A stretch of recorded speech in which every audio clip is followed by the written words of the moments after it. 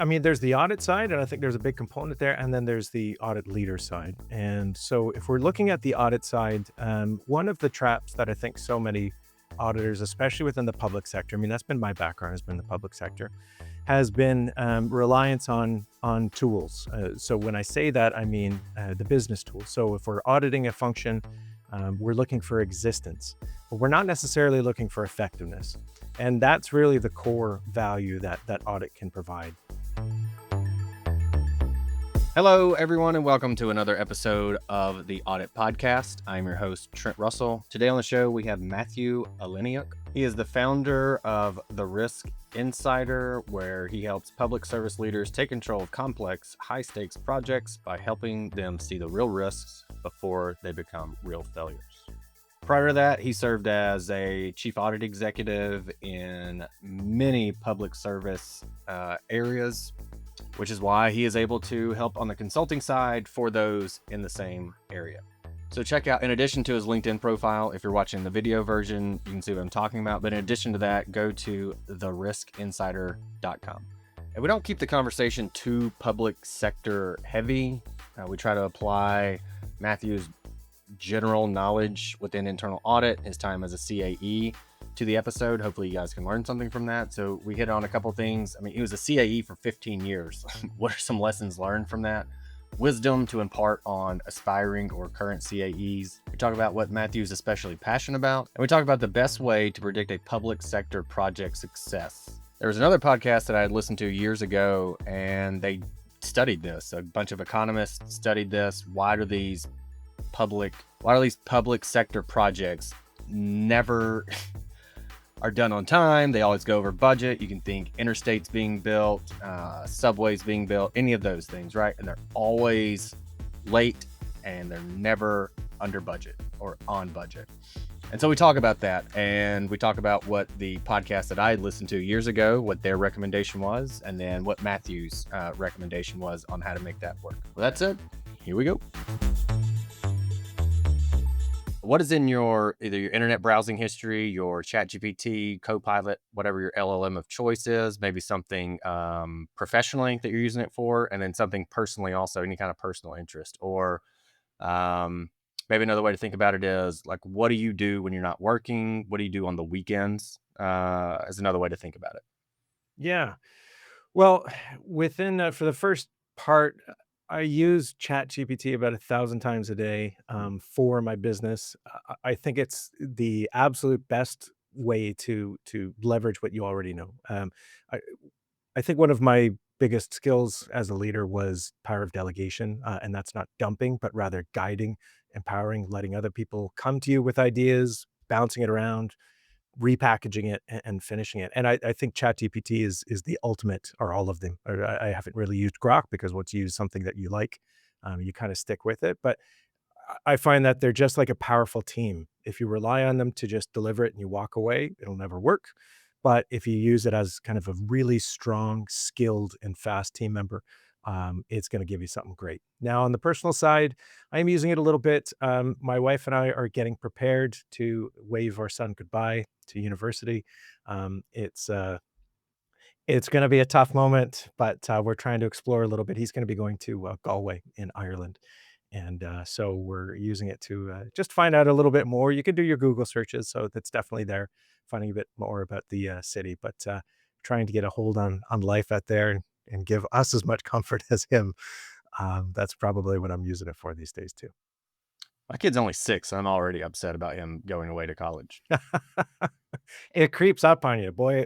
It's that's someday, and then all of a sudden, no, it's in a couple of months. I tell people this on the podcast before, but I will selfishly just ask a question that I care about. And so, like, the audience Yep. might even care about it, but I don't care.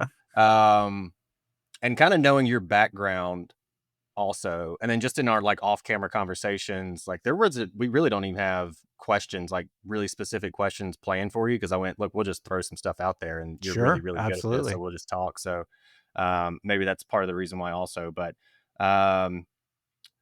with that said, maybe give some fatherly advice to those, or some parental advice to those that are listening right now. About what in particular? Whatever. Um, Well, I mean, to tread old ground, I just say that, when we're trying to give advice, the last thing anybody wants to hear is advice. So probably just trying to package it in a way that communicates more what you're thinking, what you're feeling, and how you see the world, as opposed to you need to see it like this. Because once we do this to our kids, they just tune out and they block it and say everything is different now. But if you say, here's my experience, and I just want you to factor this in when making your own decisions, it tends to help them to listen a little bit more, and because things are going to be different for them regardless, right? Um, they're different people, different times, and different people outside of them, different experiences. So everything is going to be different. Hopefully, though, a little bit of our experience can help the principle of what they're trying to do while they work their way through life. So you're a senior leader for 15 years. We recently did this retired CAE series throughout June of 25.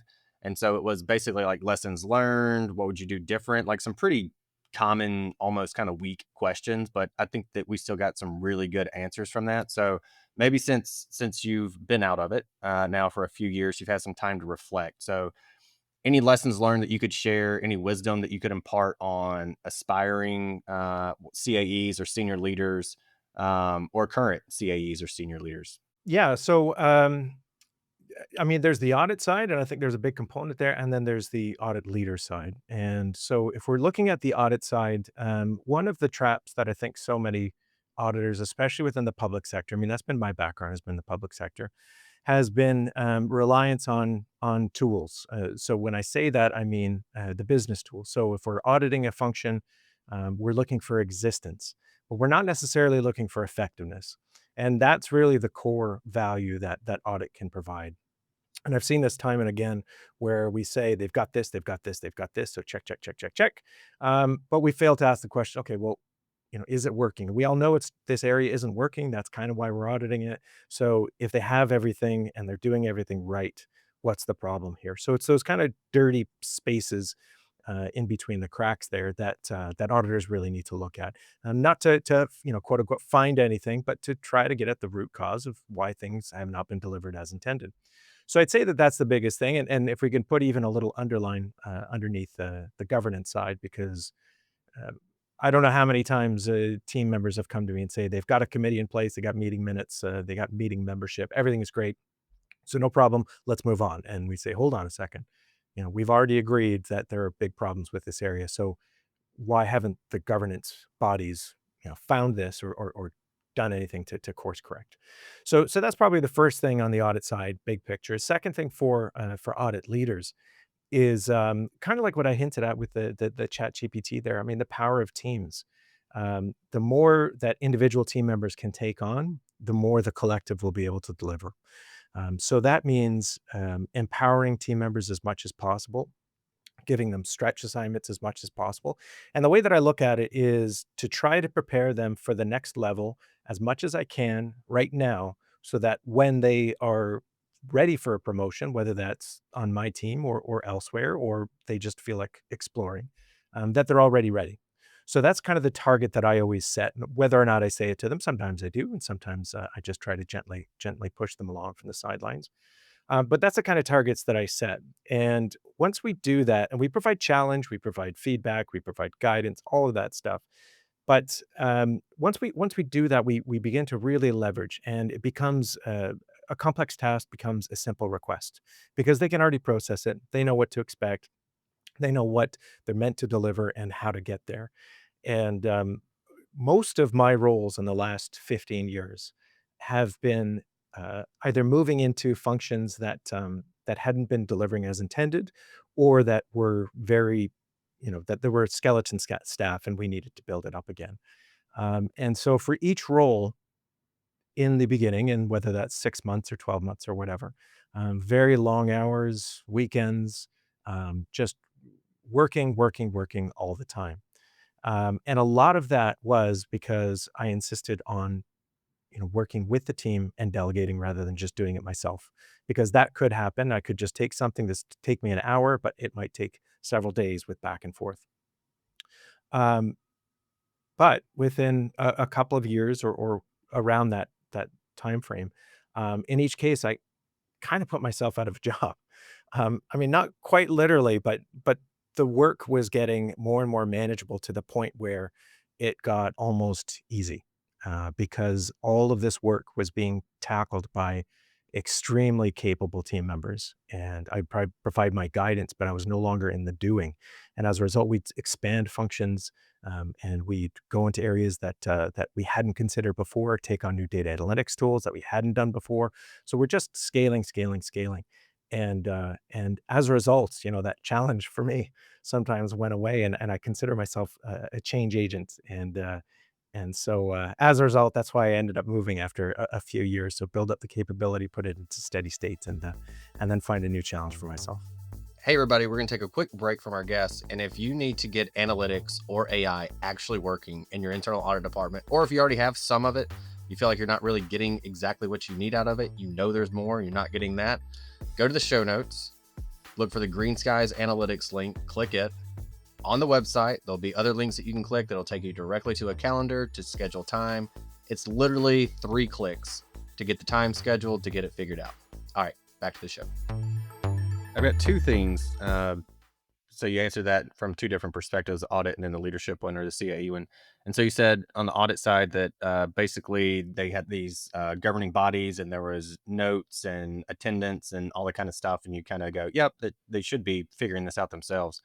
What was there a root cause that you typically found, like an underlying cause? Was it just lack of like intent from the committee? I mean, I know I've been on committees, and a lot of times you just look at somebody and go, why are you even here? Like, you don't do anything. It's just kind of like, yeah, put that on the resume, or I tell people that I'm on this committee and that's about it. Is it, I don't know. What was the kind of root cause of governance side of this did not find this or put in anything to fix it?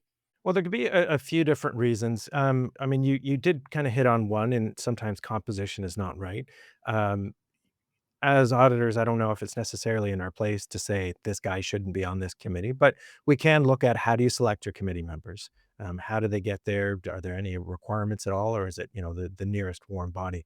In certain organizations, I definitely lump public sector in with this, and maybe lots of larger private sector organizations as well. There are so many committees. There are so many demands across senior management that people are being pulled into tons of things that, they don't even have the time for, let alone the expertise. So that's kind of a systemic issue, and you can't really blame the people. They're just doing what they were asked to do. But it remains a problem. The other thing I'd hint at here is a lot more systemic within the infrastructure of the public sector, and that is we rely a heck of a lot on the infrastructure and on the notion that we have so many eyeballs on this that everything must be fine. That starts right at the beginning. So if we think of a major project, a major initiative, first of all, maybe it's launched by on the political sphere, so it has to be debated, and lots of people agree on it. They pass it, great. So then it gets passed over to the central treasury. People, the organizations, the departments, the teams have to apply for the money, and central agency is going to say, well, we'll release the money, but this, and this have to be in place, and you have to report to us. Then it goes to the department or agency. They set up their own oversight committee, steering committee, working groups across multiple levels. Maybe it's in multiple agencies. So they're all doing the same things. And then they put interagency departments on top of that, and they're all reporting to the central agency. So there's just so much reporting going on that it becomes kind of a churn, right? So people are pumping information up, whether whether it's purposeful or not. It's just it was asked of me. This is the template I was given. I was told I have to use this. I'll populate it. I'll send it up. And if anybody has any problems, I'm sure they'll tell me. But so many people are looking that so many people are also just saying, well, somebody would have caught it if something went wrong. And that's where the governance really kind of breaks down. The effectiveness of the oversight really breaks down, that we are relying on the machine rather than the individuals. This has nothing to do with the topic. I mean, sort of. I just thought this was interesting. So, I had a roommate in college. He took some kind of whatever psychology class, just, whatever, take the class. And the only thing that I remember him ever telling me that I thought was actually useful was that, and I forget what it's called, whatever the theory or whatever, I don't know, but basically that. So it was like, hey, if the example he gave is if somebody's getting robbed on the street and 20 people see it, then those 20 people are going to go, well, somebody like, no, I'm not going to do it because somebody will do it.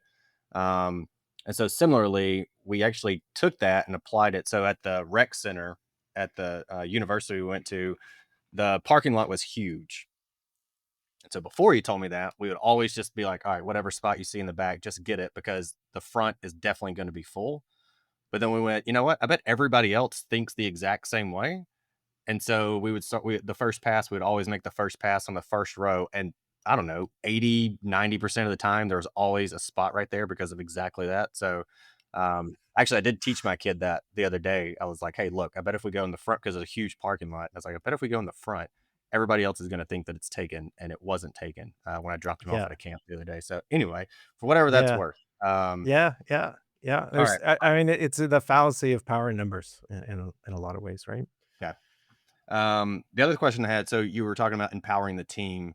Mhm. And whenever there's a topic like that, I'm always curious, is that a mindset for you? Like maybe you were either just born that way or you were, I say raised, but like mentored that way or whatever, wired that way, whatever it is. Or was there some kind of process that you followed to get there? Was there some kind of like weekly check in that you kind of did with yourself or like process? And if there was a bit of a process to it, any details you can give us around that? And if it's mindset, that's fine too. Like I think that's really tough to just develop a mindset to do any given, whatever the area is. But was it mindset or process? Um, I guess I'd probably just chalk it up to, getting a lot of notches on the experience belt and trying to learn from them. And sometimes we learn from positive experiences. I think more frequently we learn from negative ones. And I've been in those situations where I've been micromanaged and told go from A to B to C to D, and so on, um, and being felt slowed down by that, being felt controlled by that. And then conversely, I've been with just a few that were really about saying just go do it, and if it breaks, just come and tell me that it breaks, and we'll figure it out. Um, and remembering, acknowledging just how exciting that is, right? To all of a sudden feel like, you sure you don't want me to come back, this afternoon with it? No, I'll see you next week.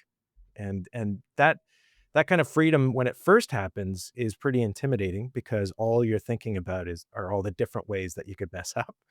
Um, but once you kinda get used to it, then you realize it is liberating, it's empowering, and so then when I see other people in the same role, I just try to see myself in that role. And as I said, it can be intimidating for people for the first time, and so I, knowing that and knowing how I felt intimidated, I do like to set it up rather than saying, "Just run with it." Just say, "This is yours. What do you need from me?" And what would make you feel comfortable going on this? Now, there is that balance, and I don't want to suggest that everything is always positive and 100% empowered. The leader still needs to lead, and if it's not going the way it's supposed to, then that conversation needs to happen as well. There need to be guardrails on that. But in my experience, most people respond very, very well to that, and most people who if they're not getting it, they will come to you and tell you that and ask for help rather than just not do it or walk away from it. So most of the time, it's a very, very positive experience for 'em. I was listening to somebody, or it was earlier this week. It might have even been yesterday. So it's funny that you're saying this. And they were talking about how, regardless of how good a manager you are, they're like, think back to all the people that you ever reported to. And there had to be some friction, some just like, oh my God, this person's so dumb. Like, why do I have to do this? This doesn't make any sense, etc. And so I was like, yeah, I think that's right. And so I started going through all the ones, especially like in public accounting, you have, in a given year, you report to 10 different people, depending on the number of audits you're on. So I started going through and I was like, yeah, I really like that person, but God, that was frustrating. And then I got to the last one and she was my director and she was very similar to what you're saying. And it was just like, hey, so this is when I was doing analytics in internal audit. And it was like, hey, here's the audit plan. You know how to execute the analytics against that. If you need something, come talk to me. And then I would go to her and say, here's the CM, continuous monitoring stuff that I'm going to build coming up. And she'd go, yep, I agree with that. On this thing, though, think about it from this perspective, or this is really the goal. That thing is really cool that you're talking about. So, yeah, that's fine. Work on that. But this is the goal. And then that was it, and then it was basically like, hey, come to me if you need anything. And that was the bet, like just having the autonomy to do that that was maybe definitely was the favorite person I ever reported to. And I think with that, there's a caveat of if you're a junior person, well, actually, now that I say this, I think because of ChatGPT, Copilot AI, like you can give a more junior person autonomy because the answer is, or at least a lot of the answer is available in those tools, and they can have that conversation with them and at least go, hey, boss, here's what I think the risk is. Do you agree? Yes or no? Or, come to them with, this is what I think the answer is, instead of just coming to them with the question. Yeah, it does. I mean, it definitely poses a danger, because in my experience, these AI tools are unbelievable, and as I said, it feels like you've got a team working with you, but very often it flip flops. I found this I don't know how many times where it gives me an answer, and I'll just say, "Are you sure about that?" And I'm not even saying no. I need more information, and then it'll just flip and say, "You're absolutely right. I shouldn't have said that. I'm gonna say something completely different." It's amazing. It's unbelievable for gathering information.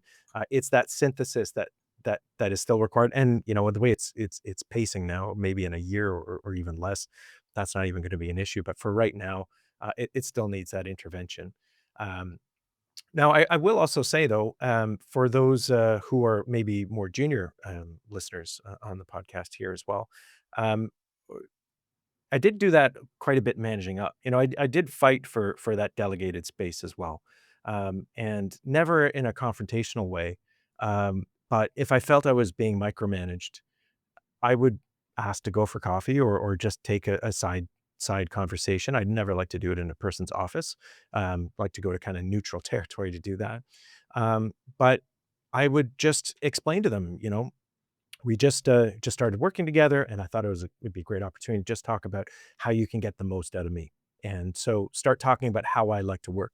I like concrete deadlines. I like to be given the result, but I really work best when I'm trying to figure out the how and all the steps to get there, and just lay it all out for them. And one thing I've often done that sounds kind of silly, but it actually works to make the conversation more neutral is when I'm talking about the work, I always picture it kind of off to the side on the table, and I'll actually kind of point to it and say, so when I'm working on the report, and you'll see their eyes kind of regularly look down and follow it. Now, what this does is it treats the purpose of the conversation, the topic, and that's the work, and it might be really personal to them, but we're talking about it. It's off to the side. It's a thing that we're debating. It's not people. It's not relationships. It's not anything else. And so once we, make it clear how they're gonna get the best out of us, which will make them look better, um, there's a lot more room for negotiation there for the micromanaging. Doesn't always work. And those instances when it hasn't worked, I can honestly say, well, I really told them how they can get the best out of me. It doesn't seem like that's gonna happen, and maybe I should start looking elsewhere. But most of the time, people are very receptive to that kind of conversation, and you can grow within your role even with someone who's supposedly meant to look over your shoulder. I like the questions. I mean, I wrote them down. I'm sure you saw me as I was doing it. So I was definitely listening, but I was also taking notes while you said that. But how can I get the most out of you? I think that's a really good question. I think it's a good question for people to ask themselves, like, how can I get the most out of Absolutely. myself?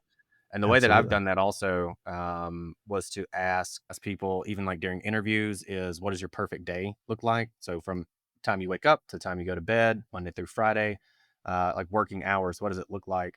And so like an analyst might say, and I've heard this, they've said it to me before, was I just want to sit in a closet, turn the lights off, and write SQL scripts all day.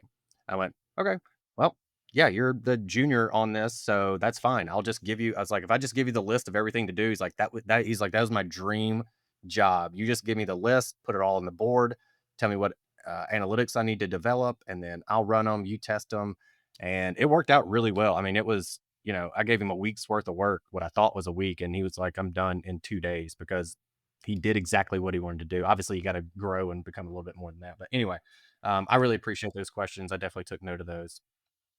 Okay.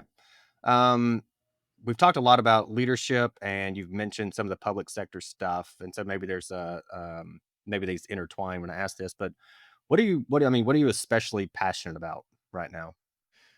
Within the public sector realm, so within the business? Yeah. So I began my business, theriSkinsider.com, a number of months ago. Um, where I focus is with project managers and risk management. So project risk management, the reason that I targeted that area is because of my experience in internal audit. Um, I always found that there were kind of two clans with respect to the project side and the audit side. So on the project side, they would too often treat risk as a parallel exercise. So it's a compliance activity. We have to fill out the forms, we have to populate all the different fields, and then we can get on with the real work. And so there's this parallel stream that's very often driven by the enterprise risk management framework or organizational risk management framework or whatever it's called. But it's something large and it's something that's designed for the permanent state, so the mandate of the organization. And it doesn't necessarily point to any project risks. But that's fine because it's just kind of a boring activity that we need to get over so that we can get on with the real work. And then the auditors come in and they kind of take the approach of, why aren't you more passionate about risk? This is everything. Risk is the only thing that we should be talking about. So you have these two extremes, and both agree that risk is being discussed, and we both agree that these risk processes are in place. Most public sector projects nowadays, they've got all the systems, they've got the governance place, they've got the infrastructure. That's not the issue. So then what is the issue? Because we keep seeing in headlines, day after day, week after week, public sector projects failing for one reason or another, either scaled back, didn't deliver, way over budget, missed the target, delivered something that people don't need, and the list goes on. So if all of these public sector projects have a very robust risk system in place, I mean, by all accounts, it's all there. What is missing? And what I found over my years of audit has been that things are being documented, but they're not necessarily. It's funny, we use the term risk registry, but the risks aren't registering. Um, and what I mean by that is that we are looking at risks as unique beasts, but a risk at its core is just something that can go wrong to prevent you from achieving your objective. That's it, full stop. It's a blocker in your path. And what we too often do is try to look at the library, go through the glossary, pick a nice one from the risk registry, slide it in. Yeah, I could see how this one is applicable. And there's our risk management system fulfilled. But that doesn't help anyone actually manage the project. So if we can't draw a direct line between the risk and the outcome, then the risks are not meant for this project, and they're not going to be meaningful in any way. So it's trying to meld those two mindsets a little bit to make it a little bit more practical. And one of the best ways to unlock that conversation is to, ironically, completely avoid the word risk. I just find that it just sets off this whole machine in motion where they say, "Oh, we've got risk management, we've got this, we've got this, we got this, we're taken care of." Boom. Okay. But if we rephrase it as, "Is there anything that can get out of the way of you being successful in this project?" Then we start to have a different conversation, right? And then we start to have elements that are unique to the project as opposed to the mandate of the organization. And so that's really where I'm focused is trying to have those purposeful conversations with senior leaders about delivering their projects successfully. Because I firmly believe in the mission of the public service. I think there's a lot of good to be done by it. And frankly, I find it as frustrating as anyone if a project doesn't land. So I want to see those um, projects land. I want to see the outcomes delivered, the services improved, whatever the case may be. And I'd like to be a small part of that. Okay. There was a episode of Freakonomics. So it's a podcast. I think it was Freakonomics. I should probably be able to cite this if I'm I going to read that reference. book years ago, but I haven't heard the Okay. podcast. So the podcast is great, and it's similarly it's but usually behavioral economists and experts in a given area, and they try to slice and dice this one, question based on the topic of the day. So anyway, this was years ago, but it was basically, why do public sector projects fail, and how can you predict which ones are going to be successful? And so they had all these, like, I think I've told you this before, like, you should be on that episode. I mean, like, if they redo that, because they a lot of times they'll come back and go, oh, we did this episode 2 years ago, and here's an update, and there's new, science or whatever. So you need to hit them up and be like, hey, you do that again, let me know, because I've got I a might different just do perspective that. to add. But the conclusion, I don't remember any of the details, but just the conclusion was, the only way to predict if a public sector project is going to be successful is if that same or a very similar project was done in a same kind of environment or area. So like if you say public sector project in New York City versus public sector project in a population of 1,000, like, it's going to be different, because the variables are different and the scale's way different. So anyway, they said that was the only way. They studied it and they said the only way is if it's similar, and we can predict the success rate based on that. What do you think about that? Uh, well, to use language that might be familiar to the Freakonomics listeners, I'd say that there's definitely a correlation, but not a causation. Um, so um, we can see similarities for sure, but I would argue that so much of the infrastructure and the machinery behind most public sector projects is repeatable. It is the same, maybe not in exact design, but in purpose. And they're all sharing the same best practices. They're all following the same reporting mechanisms, et cetera, et cetera. So I don't think that a lot of public sector projects are that dissimilar. I mean, obviously they're delivering new things, but just at their core, if we're looking at some kind of common denominator, I'd say that that's a much bigger one than something that was done 10 years ago. Um, the problem is that the machinery, the infrastructure is to blame for a lot of the infrastructure, or for a lot of the issues. And that's why I really, really, really firmly believe in the individual. So I look to the project leader to fix things. I think that there is a systemic issue with culture, with project delivery in the public sector. I think there's a little bit of a resignedness in the public sector culture. And so I think that there's a bit of an expectation that things won't go exactly according to plan, so we stop being as vigilant as we might be. So there's that pervasive culture, across the board. So it's really up to the project leader to create their own mini culture. And they might have to use the same machinery and the same templates and tools and everything else that everybody else is using. That's fine. Don't start a revolution or anything else like that. Um, but they can start looking to where to what they need to actually deliver the project. And that might mean those risks that aren't official corporate risks, but are ones that are true to them and their project, creating little side monitoring type of routines, and getting at the heart of what they need to deliver, and then creating that culture within the team of I still believe that ambitious targets are achievable for the public sector. I don't think that bringing risk into the conversation means reducing the ambition. I think knowing your risks, acknowledging your risks, and designing your project towards those risks actually helps protect the ambition rather than reduce it. All right, Matthew, really appreciate you coming on the show. The perspective, the leadership. I mean, I have 5 questions that I wrote down to ask other folks, people that I work with, people that I delegate to. And so this is very valuable for me, and I'm sure it was for the listeners also. Anything else that you want to leave the audience with? I'll hand the mic to you, and you can close this out. Yeah, well, I just want to share some exciting news with your listeners that I have just recently launched a whole new training series. So it is taking many years worth of learning, specifically oversight over billions of dollars worth of public sector projects, and try to glean what project leaders can use to make sure that their projects don't end up in the headlines.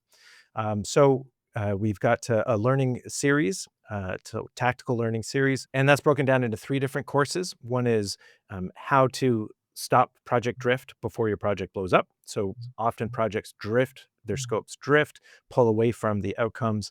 This is about getting it back on track and making it sure that it delivers their targets. Second is how to fix a high-risk project in 30 days. And that is about crisis containment and trying to get things, again, back on track. And lastly, the one that's kind of close to my heart, build a real risk radar. It really draws from a lot of the lessons that we talked about here, in that so much of the risk systems that we rely on won't help to serve the project's needs. So how does a project leader really dig down and find out what the true risks are to their project? Now, pulling all of those together is our flagship product, the subscriber strategy. So what this is acknowledging one of the biggest risks to any major public sector project, and that's people actually getting on board. And that's getting on board, agreeing with the vision, believing in the delivery, acknowledging the true risks, and speaking up, both in support of the project, but also challenging it where it needs to be. Now, that subscriber strategy, the flagship product, actually includes the 3 other courses as well. And for your listeners, we will launch a 50% off promotion. So if listeners go to subscriberstrategy.com and sign up and add in the voucher code Audit50, then we'll honor that. You'll get the entire package. It's tons of learning with activities to make it properly practical and implementable within your project, and that'll be 50% off for the listeners. That will be only open for 1 week after this podcast release. So please, I do encourage you to go there, and of course, if you just want to dip your toes in the water, there is free training available as well there. So please visit subscriberstrategy.com, and I hope to see you on the other side very soon. Hey everyone, thank you very much for listening to this episode of the Audit Podcast. Whatever platform you're listening on right now, I'm sure there's a subscribe button somewhere, so please hit the subscribe button there. If you're listening through iTunes or Spotify, feel free to go give us that 5-star rating. It only took me about 16 seconds to give myself a 5-star review, and it really helps to get future guests to come on the show, so we'd really appreciate that. Lastly, be sure to check out the show notes and follow us on all our social media channels on Instagram, on LinkedIn, and on TikTok.